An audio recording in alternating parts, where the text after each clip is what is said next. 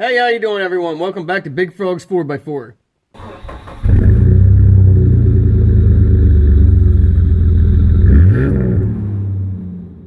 Today we're going to be replacing a lateral arm on the rear suspension of a Chevy Cruze.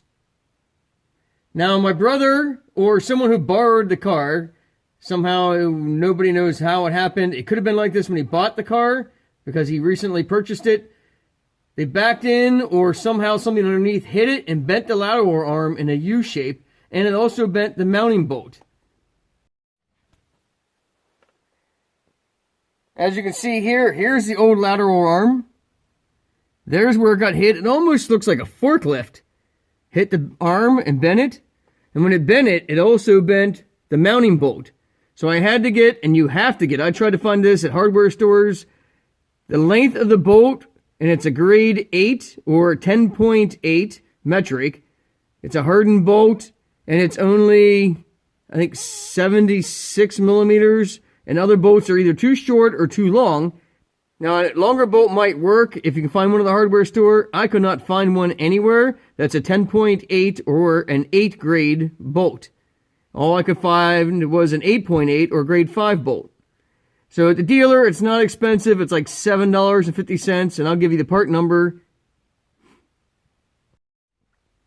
Tools you'll need is a 21 millimeter socket, a 15 millimeter socket, 15 millimeter wrench, an impact, or a long handle ratchet.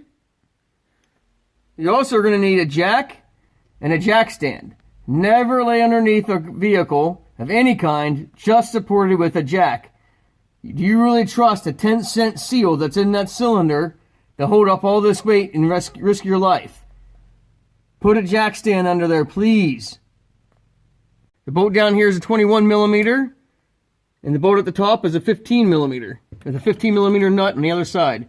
You're going to need a large come-along, or some way to draw the suspension towards the center of the car, because when that lateral arm comes off, it allows this whole point right here to pivot back and forth.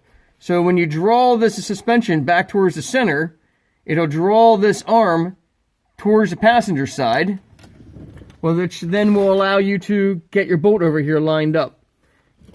Also, to help you out, is jack up just one corner of the car. Lift the suspension up. That'll also draw this bar over. But you're going to have about another ½ inch to draw over yet.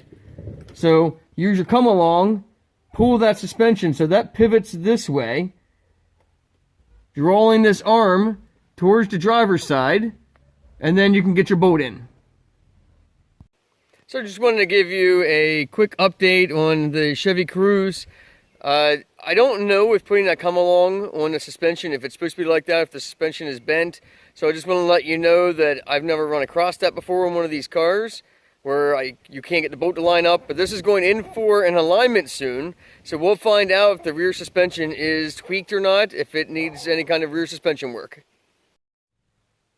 As you can see there's nothing over here really to get a come-along hook to. That hole back here is too small for a hook. So I looped the cable around behind that lateral bar so it wouldn't slip off, and then back over to the come-along. So it hooks back on the come-along, wraps around the lateral arm, and back into the come-along. Thanks for watching Big Frog's 4x4. Don't forget to like, subscribe. Hope you found this video useful. And as always, God bless.